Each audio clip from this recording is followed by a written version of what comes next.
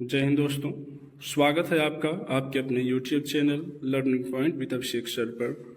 दोस्तों, अगर आप चैनल पर नए हैं तो चैनल को सब्सक्राइब कर लीजिए और बेल आइकन प्रेस कीजिए ताकि आप डेली डिक्टेशन पा सकें। दोस्तों, आप सबके लिए Uttarakhand APS, UK SSC, UK SSC और इलाहाबाद हाई कोर्ट के लिए स्पेशल पेड बैच चलाए जा रहे हैं। तो अगर आप भी कोई बैच ज्वाइन करना चाहते हैं तो आप इस नंबर पर संपर्क कर सकते हैं 7393976701। आप हमें इस नंबर पर व्हाट्सएप या टेलीग्राम पर मैसेज कर सकते हैं, बैच की इन्फॉर्मेशन ले सकते हैं और अगर ज़रूरी हो तो कॉल भी कर सकते हैं। आपकी डिक्टेशन शुरू होगी 5 सेकंड बाद।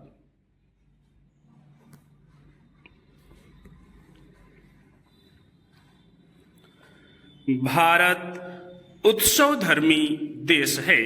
यहाँ विभिन्न परंपराओं और क्षेत्रीय संस्कृति का सम्मिश्रण कई नए रंग बिरंगे अवसर पैदा करता है।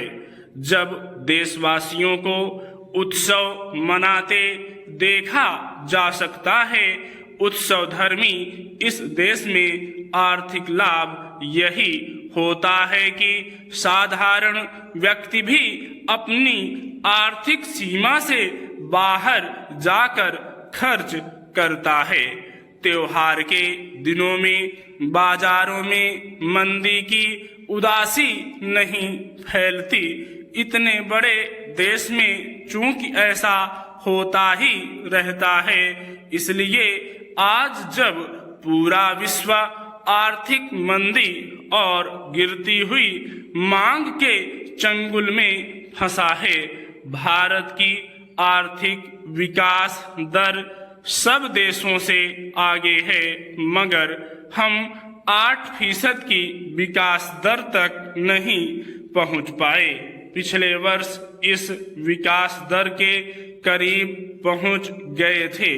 इस वर्ष के अंत में यह 7% से भी नीचे जाती दिखाई देती है, लेकिन फिर भी मांग की कमी भारत के लिए कोई समस्या नहीं। हाँ, इस मांग को पूरा करने के लिए उचित उत्पादन बढ़ाने की समस्या हो सकती है, जैसा कि अर्थशास्त्री और रिजर्व बैंक के पूर्व गवर्नर रघुराम राजन ने भी कहा है कि देश विनिर्माण और कृषि विकास की ओर ध्यान दे। उनका कहना है कि पिछले वर्षों में जिन बुनियादी उद्योगों के विकास की ओर हमने ध्यान दिया, उसी के फलस्वरूप आज तरक्की की मंजिलें तय कर रहे हैं।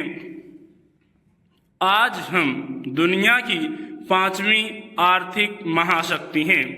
तीसरी आर्थिक महाशक्ति बनने का सपना देख रहे हैं और उम्मीद करते हैं कि 2047 में जब आजादी का शताब्दी महोत्सव मनाएंगे तो अपना देश विकसित हो चुका होगा, और अगर यह दुनिया की सबसे ताकतवर आर्थिक शक्ति नहीं बनता तो भी यह चौथी औद्योगिक क्रांति का अगुवा होगा, जो इस बार पूरब से और तीसरी दुनिया से उभरेगी। अपने सांस्कृतिक मूल्यों के बल पर पूरी दुनिया का गुरु बनकर उसको रास्ता भी दिखाएगा। यह तो है आने वाले दिनों की बात। इस समय जो खबरें भारत की अर्थव्यवस्था को लेकर आ रही हैं वे अच्छी हैं। नीति निर्माता भी कुछ ऐसे कदम उठा लेना चाहते हैं जिससे जनता का भला हो सके। इस पर भी कुछ विवेचन कर लिया जाए। चाहे दावा किया जा रहा है कि नए कर्तव्य समर्पित द्रुत विकास के माहौल में रोजगार सृजन हो रहा है, लेकिन यह रोजगार कहाँ हो रहा है? रोजगार की एक अजब स्थिति पैदा हो रही है।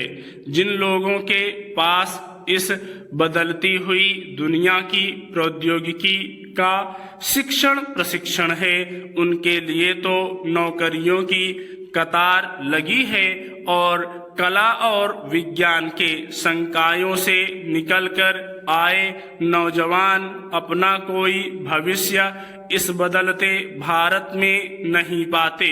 उनके लिए रोजगार प्रदान करने वाले लघु और कुटीर उद्योगों का कोई नया अभियान नजर नहीं आता भी है तो उसमें निजी क्षेत्र और स्टार्टअप के नाम पर परोक्ष और प्रत्यक्ष रूप से धन कुबेरों के लिए भी चोर दरवाजे खोले जा रहे हैं। स्टॉप।